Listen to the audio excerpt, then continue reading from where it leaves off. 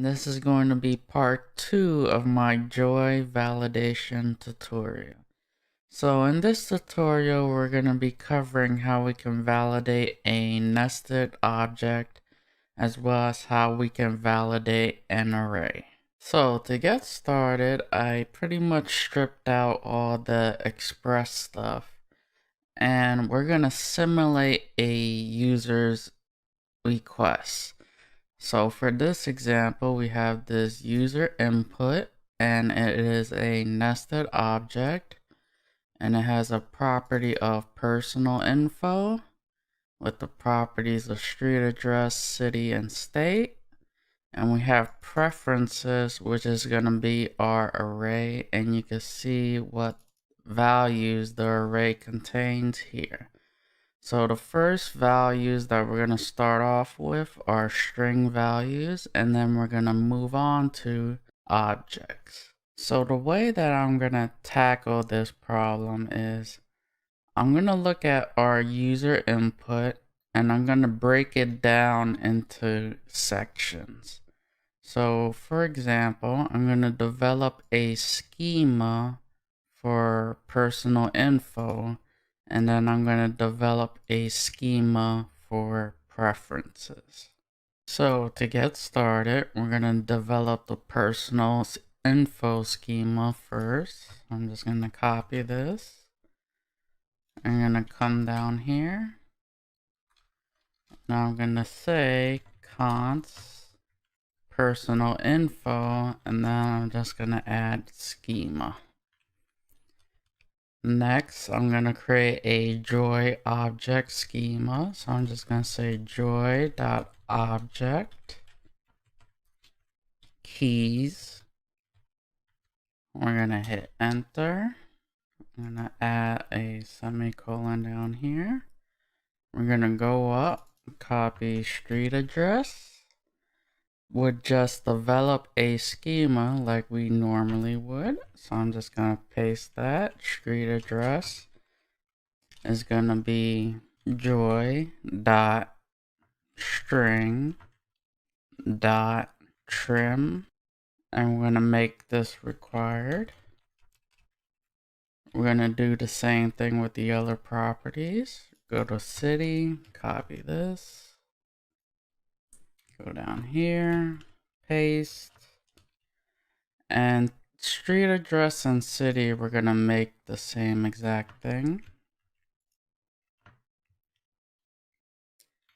And last but not least, we're going to take the state, and it's going to be the same exact Joi schema, except that we're going to add that it has to be a length of 2. So I'm just going to copy this, paste this here, and we're going to use the .length method and set that to 2. So we're going for state abbreviations. So now that we have our personal info schema out of the way, let's develop a schema for preferences. So I'm going to copy this. We're going to go down here. I'm going to say const preferences schema. And this time, instead of using Joi.object.keys, we're going to say Joi.array.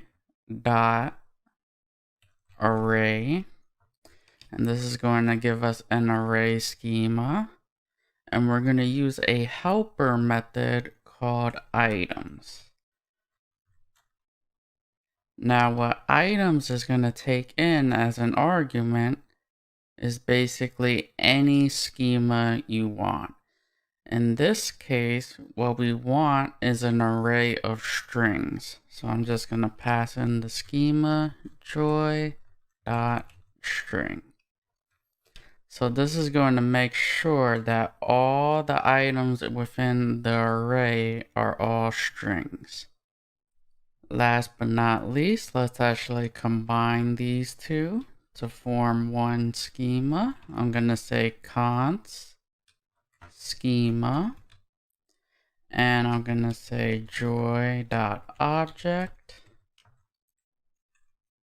dot keys, pass in this object, and this time we're gonna say personal info, and that's gonna be equal to the schema we just created up here.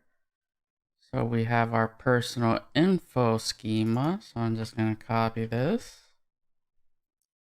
paste this here. And now if I go back to my array, we called it preferences. Copy that. Pass this here. Preferences schema. Next, let's actually call this. So I'm gonna go down here. I'm gonna say joy.validate.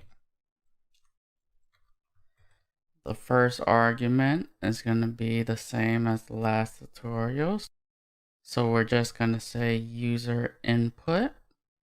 Second argument is the schema. So we're gonna use the built-in schema that we made, which consists of the two different schemas that we created separately.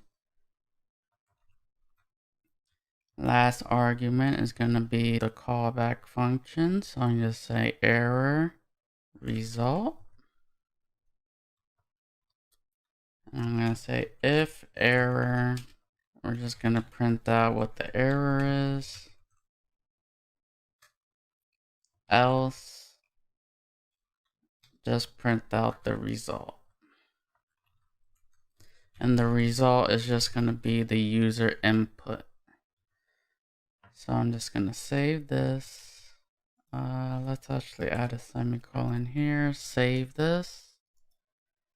We're going to type node app.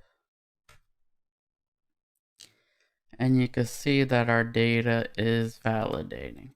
So the basic premise is if you're given a complicated object, break them up into their individual schemas, and then you could combine them like so. Now I want to talk about, let's say that I want an array of objects as opposed to an array of strings. So we're just going to go up here. We're going to change preferences to reference array of objects. And then we have an example object here. So this is a very simplistic example. We just have a property of called example, and it has the value of a string. So example 1, 2, and 3. So we're just going to change this to an array of objects. Let's go down here. And instead of specifying joy.string here, because we're not looking for strings anymore, we can say joy.object.keys, and then we just build our schema like we did before. So in this case, we only have one property. It's called example, and we're going to give it the value of joy.string dot required. So this is a very simplistic example. If you had a more complicated object, you would do the same thing like we've been doing. So I'm just going to save this. And let's actually execute this code. See if it's working. Node app. And you can see that it validates and we didn't get any errors. So that's basically how you can develop a schema for a nested object and how we can develop schemas for arrays and even create our own custom schema objects for those arrays.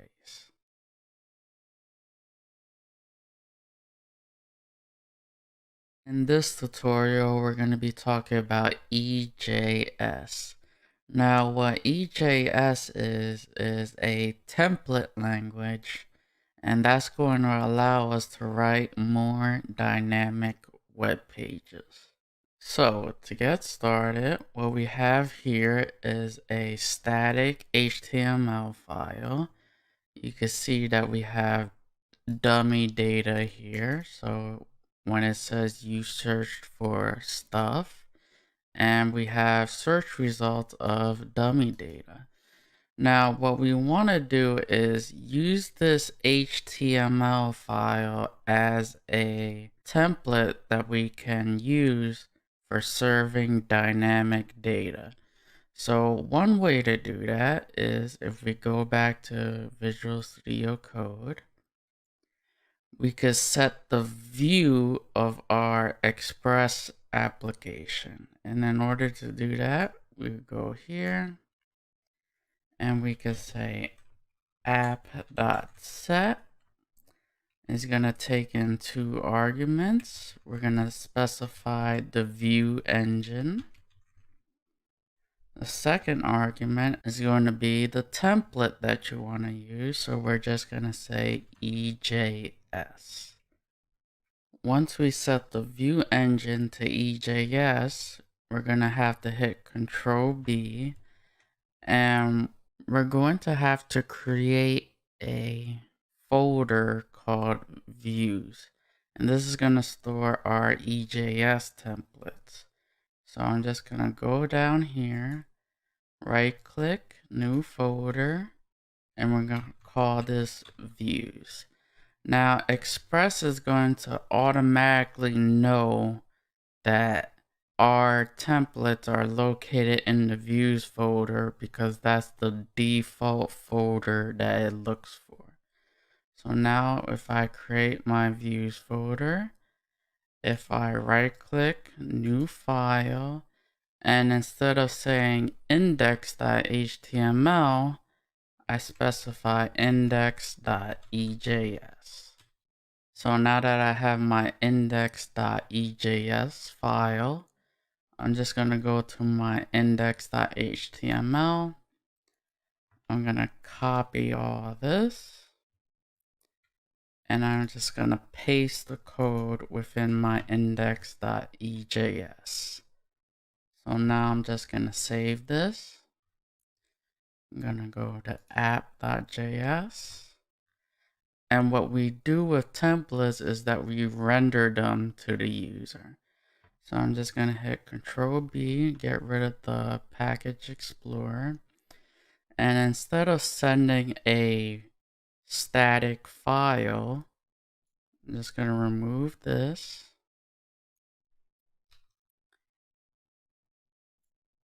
And now we're going to say res.render, and then followed by the name of the file that you want to render, index.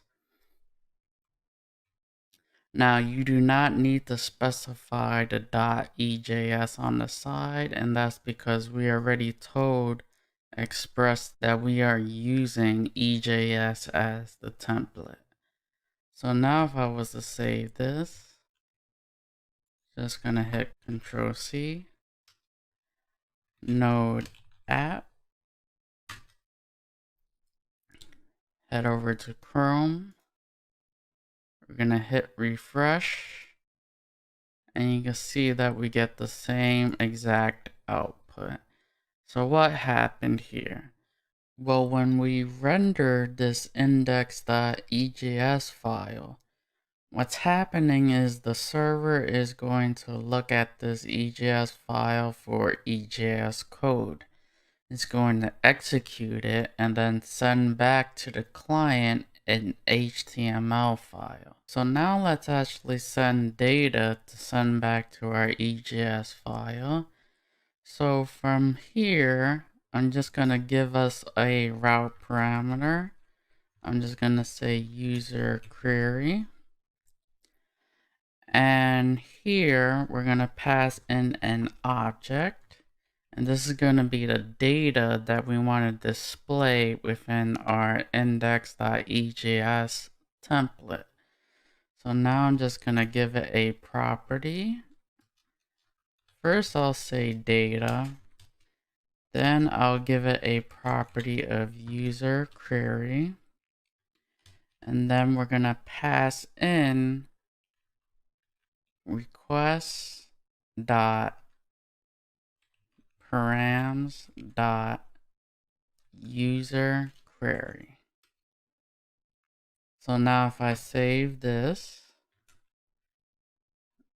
I'm just going to hit Control C just to exit out of our server. Now we're going to go to our EJS file. We're going to go here to our template.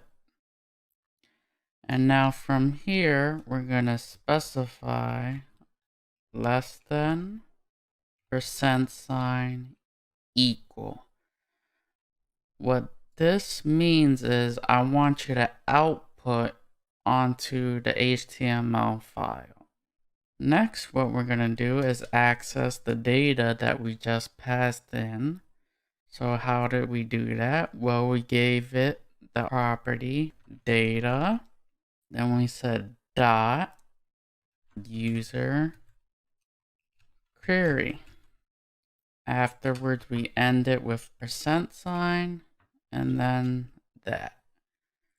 So now this is going to look at our app.js. It's going to say, okay, I want to render the index page, and this is the data that I'm receiving. So we went to data.user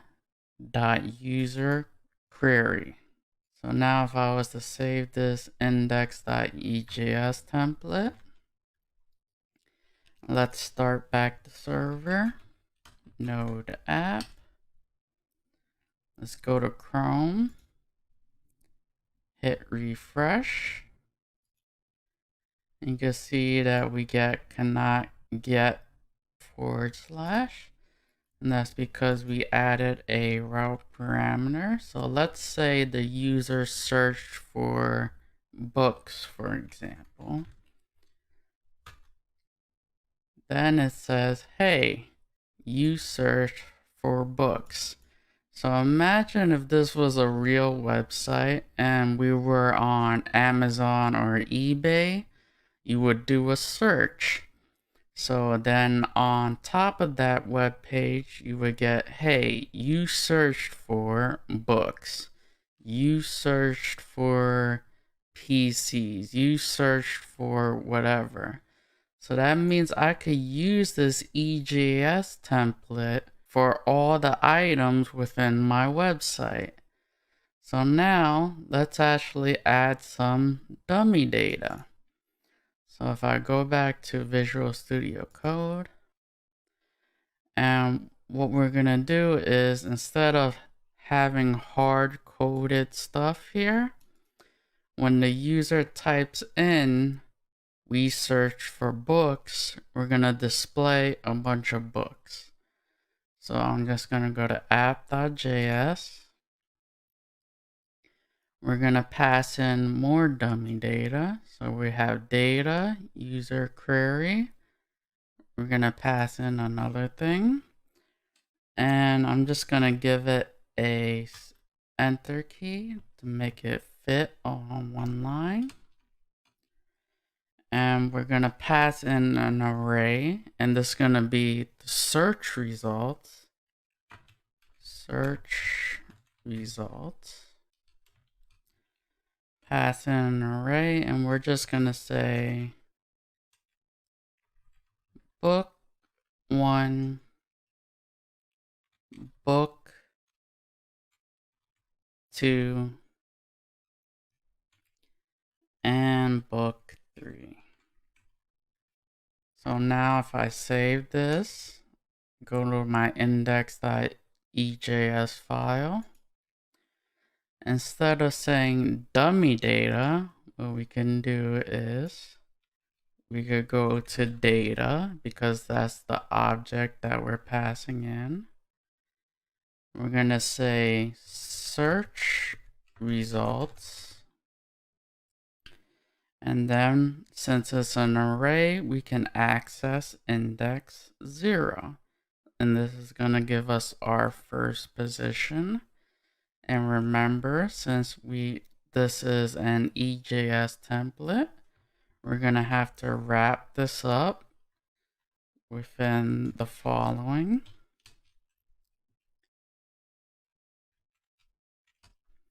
And now if I was to save this, let's cancel out the server, restart it up, go to Chrome, hit refresh, and you can see that now we're dynamically populating the web page. So now let's head back to Visual Studio Code. And what I want to do is, instead of just outputting data.search results.index 0, data.search results index 1, what we can do is use a for each loop. So for example, let's get rid of all this. And instead of that, we're going to pass in less than %. We're going to get our array. So what's our array at? Data.search results dot for each. We get our result. And remember, we're going to end this with a %, less than. And the reason why we don't have an equal sign here is because we are not outputting this onto the HTML file. So for example, if I want to output this, equal sign. If you don't want to output it, no equal sign. Next, within here, what we're going to do is we're going to display what we want to output. So now what we're going to do is use less than %, equal, because we actually want this to output to the HTML file. So I'm just going to say li result, and let's close our li tag. So now we have to end this. So we're just going to end it with %. We're not going to use the equal sign because we do not want to output this to the user. So now if I was to save this, we're going to go down here, Control C, Node app, go to Chrome, hit refresh, and you can see that our search results gets dynamically added. So if we search for books and there was 1,000,000 books, this code will work for 1,000,000 books. If we searched for iPhones and there was only 3 types of iPhones, this code will work for 3 iPhones. So now let's do an example involving conditionals. So we're just going to give a simple if statement. If the user is logged in, we want you to display this. If the user is not logged in, then we're not going to display anything extra. So now if I go back to Visual Studio Code, Let's write an if statement underneath our h1 tag. So I'm just going to go here. I'm going to say this. If data dot logged in, and this is going to be a boolean containing true or false. Let's end this here. And now the meat of our if statement is going to be the HTML output that we want to do. So now I'm just going to say h2, you are logged in as data.username. And that % sign. And then let's close our h2 tag. Now we have to wrap up our if statement. So let's close our if statement. And all we're going to do is just do the following EJS. Close our if statement. And remember, we're not using the equal sign because we're not wanting to output this. And we're not using the equal sign up here because we don't want to output this if statement. So now if I was to save our index.ejs file, let's go to app.js. And we're going to pass in those properties that we added to our index.ejs file.